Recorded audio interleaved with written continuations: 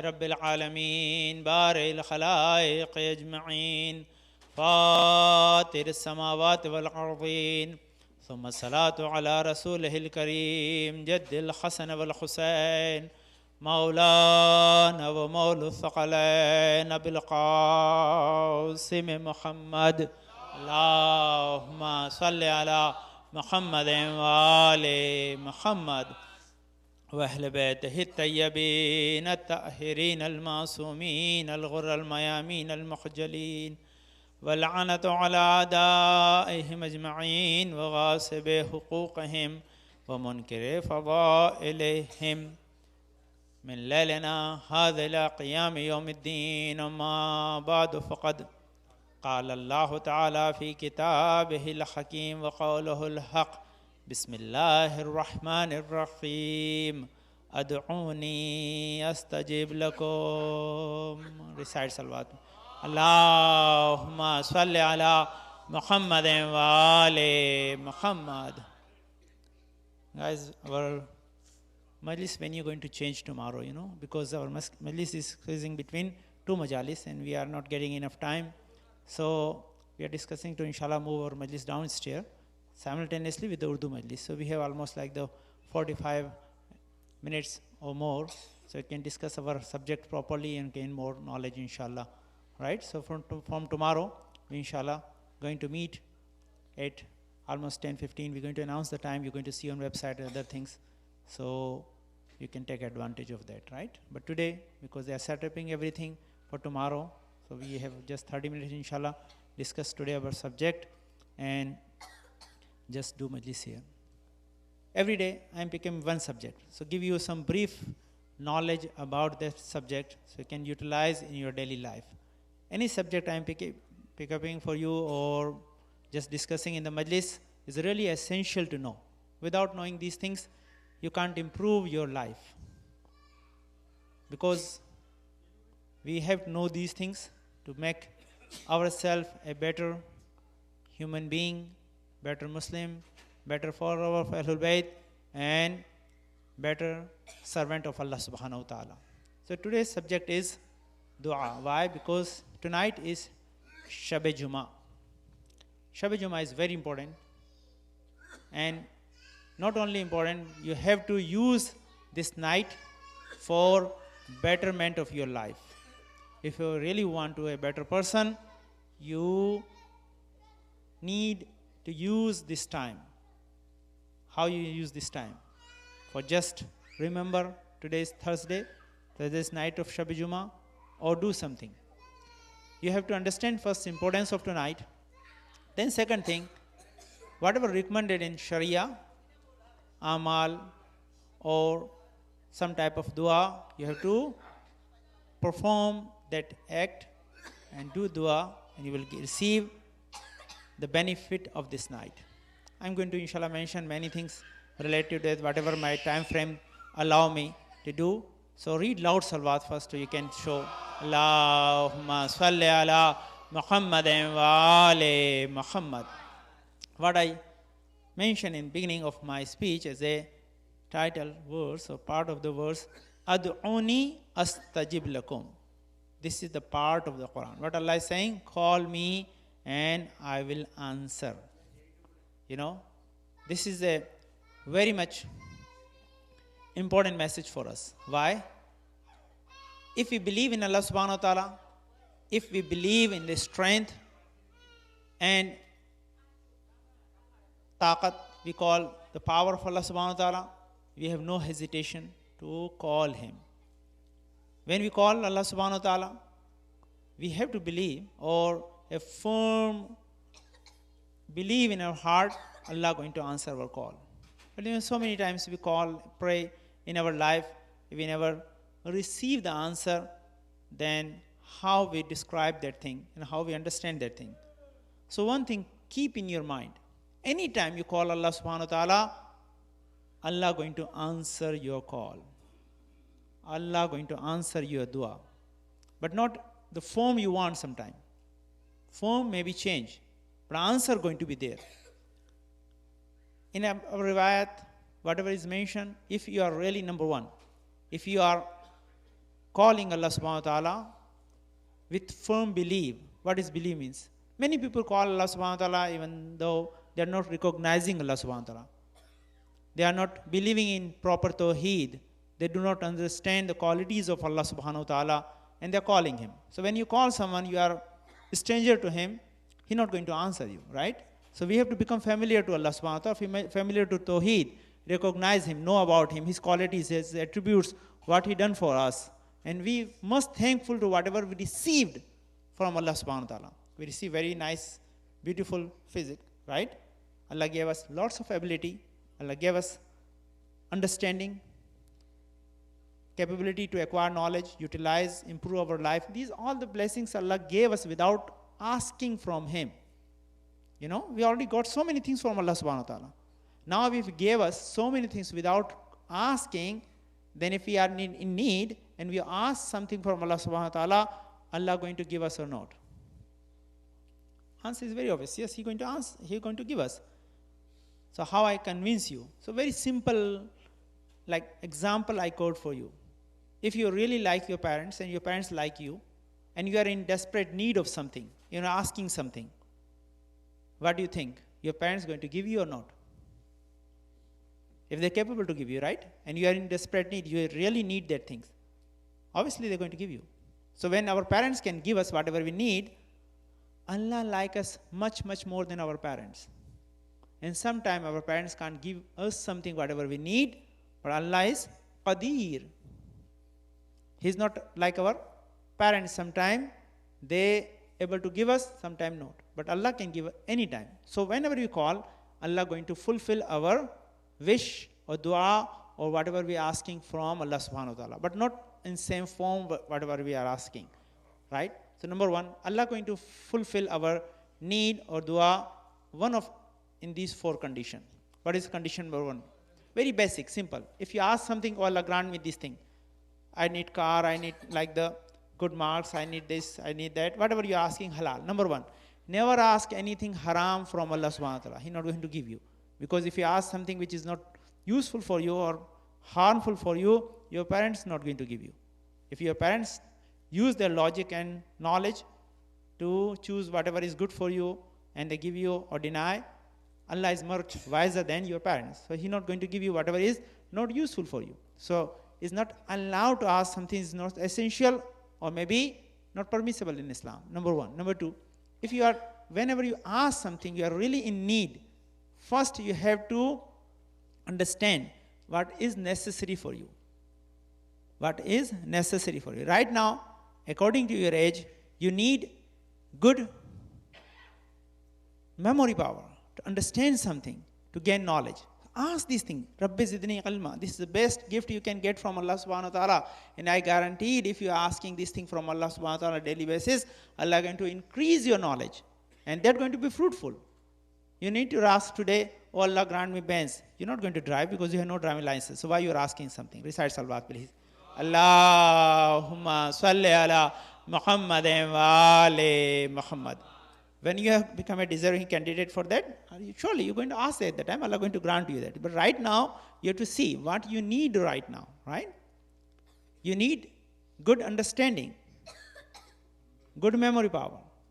You need something to Allah grant you iman, to understand Allah subhanahu wa ta'ala, Ahlul Bayt, Quran, and other things. If you understand that thing, that's going to give you ability to grow in your life. You can get something in future. So number one, when you ask something, which form you're going to get, Allah going to grant you immediately. You can get it right away. That is the lowest way to get something from Allah subhanahu wa ta'ala. Like, quote example, several times in my Urdu majlis, when you are going somewhere, you need something, you knock at the door, the person come out at the door, you say, what do you need? You say, I need this thing. And he gave you right away, say, Assalamu alaikum, go away. He never invite you inside the house or say, sit down, have a cup of coffee with me, and then I will give you these things. You see, because he's giving you and not showing any relationship with you.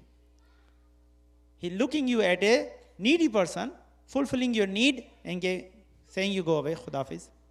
Right? But no, sometimes, so this is the lowest form. If you ask something from Allah subhanahu wa ta'ala, Allah grant you immediately, that means you have no good relationship with Allah subhanahu wa ta'ala.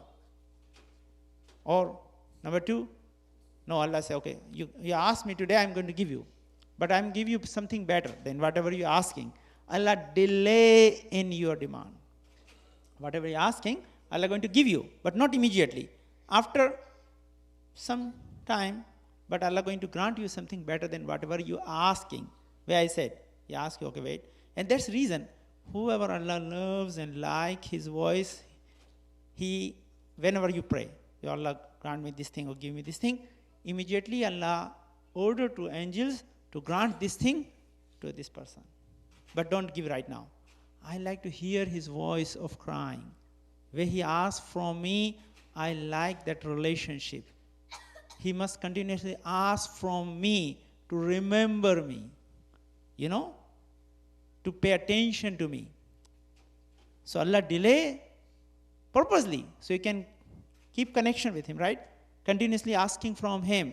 And that's Allah love, to hear your voice again and again. Third things, Allah not going to give you whatever you're asking, Allah going to give you after some time better than what you need. You're asking, Allah, give me this thing right now, right? You ask, oh, Allah, give me maybe any device. You see, I can give you a very good example, which you usually used to with that, right? You're asking, oh, Allah, give me like the iPhone today. But you don't need iPhone today, right? Because you are not calling someone. You have friends, you have some other devices.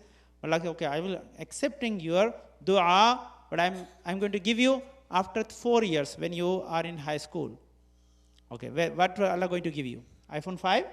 No, the iPhone 5 is going to be old at the time. Some new device is going to be, you get that day. So you're going to get something much, much better than whatever you're asking today, right? So you can get something from Allah subhanahu wa ta'ala after some time that's going to be much better than whatever you're asking today.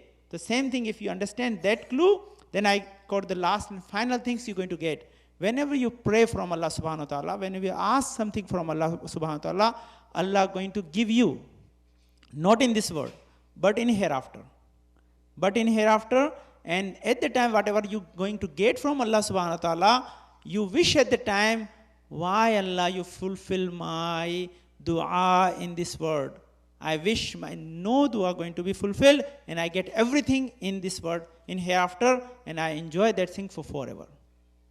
But we need something for this world, right? Sometimes this one word for between these two. Allah not want to give you something physical, but Allah remove hardship of your life due to dua. You have maybe accident, you have some problem, you have maybe some disease. Allah not going to put you in that tough condition. Allah want to remove that hardship from your life. That is another fruit of the dua, a result of the dua. So this is the dua. Dua always answered by Allah subhanahu wa ta'ala, but not in same form. That is, people always like misunderstood. They think whenever they are asking from Allah subhanahu wa ta'ala, Allah is not answering their call. That means Allah doesn't exist. That is the wrong concept. Allah exists because you exist. Every time you are getting something in your life without asking from Allah subhanahu wa ta'ala, so Allah going to fulfill your wishes, whatever really good for you. Sometimes we ask something from Allah subhanahu wa ta'ala that's necessary at all for us. It's burden for us. Create more problem than solution at the time, because we look at the things according to our understanding. Allah look according to His knowledge and future He know about us, right? So this is the very much different between these understanding what we get from our own knowledge and whatever described by the Ahlul Bayt alayhim salam. Let me give you some short story about dua and you understand. Dua, there we have many, many hadiths about dua. Listen, because how dua is translated in our books. Dua is not only means asking something from Allah subhanahu wa ta'ala. Because what say? Ad-dua mukhul ibadah. What does it mean? Dua is actual worship.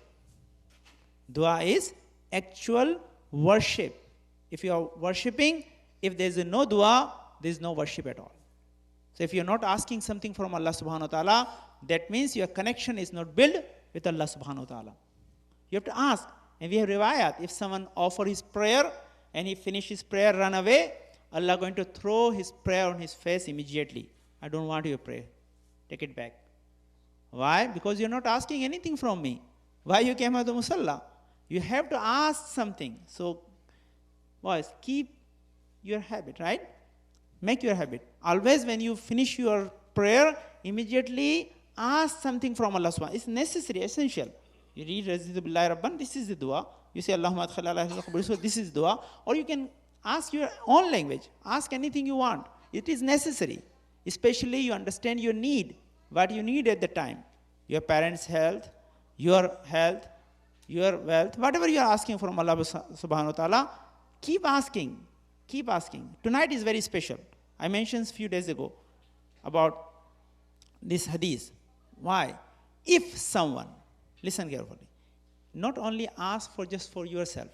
If someone asks for 10 people, how many? 10 people. Tonight. For them. What you ask? Forgiveness, whatever they want. You pray for them. If you pray for 10 people tonight, they're alive or dead, Allah going to like they make Jannat wajib upon you. Means essential. Make you entitled to enter into paradise. If tonight you ask for 10 people, right? Oh Allah, grant this thing to them, right? What Allah going to make? Allah grant you paradise. Why? Because you build a relationship to Allah, you build a relationship to His other followers, other like the worshippers. And that is Allah like to make a strong foundation between you and other mu'mineen. And that is the dua bring for you. Dua make a foundation between you and other mu'mineen, you pray for them. Other hadith, what they said? Never ask something for yourself directly. First ask something for other people and then ask for yourself. One of the hadith said if someone asks something for 40 people, then he add his own wish at number of 41. Allah never refuse his dua. Allah always accepts his dua because he's asking at 41 number, right? He's asking for other people. We always become selfish. We ask for ourselves. We forget other people. Even sometimes we wish Allah give me, but no one get it. I get iPhone 5, no one get in community. Recite salawat, please. Allahumma salli ala Muhammadin wa ali Muhammad. Right? So if we have that type of mentality, we lose connection with Allah subhanahu wa ta'ala. Allah doesn't like it, right? Because Allah only like the people, they think about other people, then they think for themselves. We have very big discussion, inshallah. If I get more chance tomorrow, this dua is very essential. I have almost like the 50 to 60 hadiths, very good one, which is according to your age is useful for you. Inshallah, if I get chance, we may discuss tomorrow too, inshallah, in more detail. But let me give you one very good sweet story about dua, and we go from here, inshallah. If I get more chance, I will explain more thing for you. Okay. What is sweet story is, you see one person. First, how we ask from Allah subhanahu wa ta'ala. We are not allowed to ask directly from Allah subhanahu wa ta'ala. We try to get some help with someone, right? How we get help? We ask from Allah subhanahu wa ta'ala for sake of Ahlul Bayt. Use their tawassul between us and Allah subhanahu wa ta'ala. Because if we are not entitled to get directly from Allah subhanahu wa ta'ala, right? Allah may grant due to someone else, right? That is the main thing.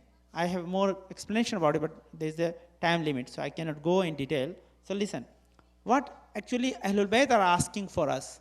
One person, Ibn Hamad, he is the one of the good follower of Imam Ali alayhi salam. Allahumma salli ala Muhammadin wa ali Muhammad. And that person, he was fighting with him in the army with Imam Ali alayhi salam against the Muawiyah in Siffin, Battle of Siffin. And he came to Imam Ali alayhi salam and said, "Oh Mawla, I love you. I really like you, and I want to follow you, but not because I want something from you in this world.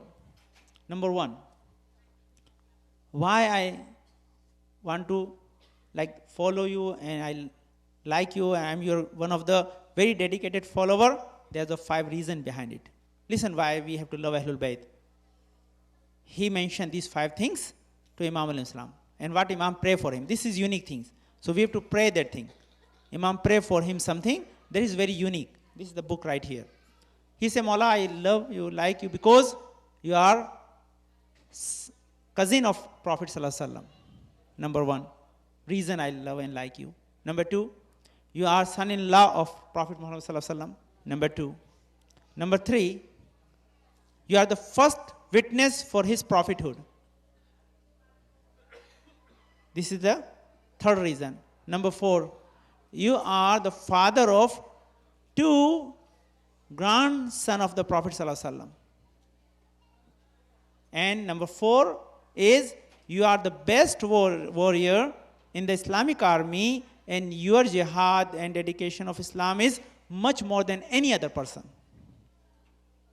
And Prophet likes you. So that's the reason I like and love you.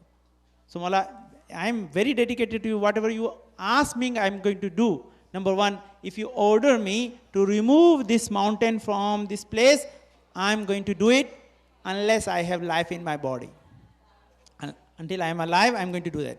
If you want to, I empty a big like ocean, I try to make it empty for sake of you, because you gave me order, unless I have a strength and life. Imam says, yes, your dedication is good. Then Imam prayed for him. What he prayed? Allahumma. This is the prayer of Imam for his follower, that type of dedicated follower. What dua Imam is asking for him? What Imam said? Allahumma nawwir qulubahu bil iman. What Imam asked him? Oh Allah, because he loved me, so fill his heart with the light of iman. What Imam asked? And alhimni bit taqwa, and make him a pious person. So you see, these 2 dua Imam asked for him. That is the dua. So this dua is indication for us. If any time we get chance to ask from Allah subhanahu wa ta'ala, these, oh Allah, fill my heart with the iman, strong, give me good, strong faith. That is the one thing. If you have strong faith, Allah going to love you, like you. Whatever you ask, Allah going to grant you. This is one thing. Number 2, taqwa. Make me pious. Keep me away from sin, bad things, which is harmful for me in this world and hereafter. So if we can get these 2 dua, we become successful in this world and hereafter. So this is the clue from this story. Whenever we ask something from Allah subhanahu wa ta'ala, ask these 2 things continuously. Number 1, strong faith and taqwa. You see, this is the grant Imam asked for. He got that thing because Imam was asking for him. Imam alayhi salam asked for him. So there is no chance Allah going to refuse. Right? Imam dua is always fulfilled. So when he got that thing, he became one of the Imam best follower, and he reached the Shahada. He died as a martyr. So this is the benefit of dua. So when you ask something from Allah, so we ask from our Mawla, whatever is good for us, please grant us. Make us a good follower of you. That is the best dua we always asking from Imam. Whenever you finish your prayer, say, oh Allah, make us a good mu'min, a good believer, a muttaqi. And if you ask this thing, Allah going to grant you. If you get that things, you're going to become successful in this world and hereafter. Inshallah, I have many other stories, good things. Number 2, I always suggest, and this is the very key point for tonight's majlis. Keep in your mind. Inshallah, I have try to summarize as much as possible. Very important, very important. Our Prophet said one thing. Recite loud salawat, please. Allahumma salli ala Muhammad wa ali Muhammad. Especially parents are sitting here, they listen that thing. That is very, very, very important part. And inshallah, I try to summarize that thing. See what Prophet said. Prophet said, the dua of parents, whenever your parents pray for you, is like a dua of a prophet in favor of their ummah. How Allah grant the prophet's dua for their ummah, same way Allah accept the dua of your parents for yourself. So your parents must pray for you continuously, all the time. But why they are going to pray for you? They're not going to pray if you bother them, if you make some type of problematic situation for them. No, they forget it. They pray for you, but some different way. So you have to do. This is a message for youth for tonight majlis. Remember, you have to do something every day to make your parents pray for you. That's the thing. You have to do something. Be nice. Do something good. So they start praying for you. As soon as they start praying, your life is going to change. You have no problem in your life. you're going to become a very successful person. The dua is like a irrigation to a tree. If you give water to tree grow. If you stop irrigating the tree, it's going to die. The same thing, if your parents pray for you, you have good life. If your parents stop praying for you, no success. So you make yourself at the level you do something so your parents can pray for you. If you are not doing something, they're not going to pray for you, because you are do vice versa, opposite things. You make problematic things for them, they're going to pray, they make this person good, but they're not going to pray to give you good life. Do something. So inshallah, they ask something for you good, and Allah grant on behalf of them, and you get good result in this world and hereafter. Please recite loud salawat. Allahumma salli ala Muhammadin wa ali Muhammad. So tonight is night of dua. Try to ask anything for yourself, for your parents, for your family member, especially for your marhumin, and you're going to get good result in this world and hereafter. Right? Whenever you ask something for others, angel is going to ask same thing for you. So don't forget other mu'mineen, don't forget your parents, don't forget yourself. Keep asking something from Allah subhanahu wa ta'ala, because Allah says, Aduni astajib. Call me, I will answer. So Allah going to answer your dua if you are asking something from Allah subhanahu wa ta'ala. But you know, everything was changed in the Karbala. Dua was changed too. Why? Because all parents always ask for their children to Allah give them long life. They live for long life. They become successful in front of them. But what happened in the Karbala? When Imam Hussain, night of 9th Muharram, Imam Hussain was just walking outside of all the tent, where the Ahlul Bayt and all the ladies, they are sitting with their kids. Imam was just looking and seeing what happening in the tent. Imam saw Layla is sitting with the Hazrat Ali Akbar. Farwa sitting with the Hazrat Qasim. Hazrat Zainab is sitting with the Muhammad. Right? Hazrat Rabab is sitting with the Ali Asghar. And they are all saying one word. What saying? Oh my sons, we like you remain alive, but tomorrow is the saddest day. Imam Hussain going to die, and you have to go and sacrifice your life for sake of Islam. So the prayers change, you know. They are not asking life for their children. They are asking them to go and sacrifice your life for sake of Islam. So you know, sometime situation change. So we have to give our life for sake of Islam. But why we are giving? Because this is the message from the Karbala. But Imam Hussain started crying. You see, Imam came in this situation where he is surrounded by the enemy, and all enemy try to kill him, and Ahlul Bayt try to help him. Why? Small kids, children, they are ready to sacrifice their life for sake of Imam Hussain, and they try to save Imam Hussain and give their life for Islam. But it's very hard. It's not easy to be understand while we are sitting here. You know, just imagine for a second when you love someone too much and you are asking him tomorrow when sunrise, Imam giving permission to everyone to go and sacrifice life in the battlefield. Oh Qasim, you go the first and get the permission and sacrifice your life. Oh Ali Akbar, you go and sacrifice your life. All the mothers are asking the same thing because they know tomorrow we try to save Imam Hussain and sacrifice our children's life. But what happened? Yes, they sacrificed their life. Allah didn't save them physically, but name is saved. Their name going to remain alive till day of judgment. Everyone going to remember their sacrifice. Everyone going to cry on them. Everyone going to love and attach to them. That is the answer of their call. Yes, sometimes we get something in different form. So Ahlul Bayt get the same answer. They sacrifice their life in the Karbala, but they're going to remain alive forever in this world and hereafter. سَيَعْلَمُ الَّذِينَ ظَلَمُوا أَيَّ مُنْقَلَبٍ يَنْقَلِبُونَ. اللهم صل على محمد وآل محمد.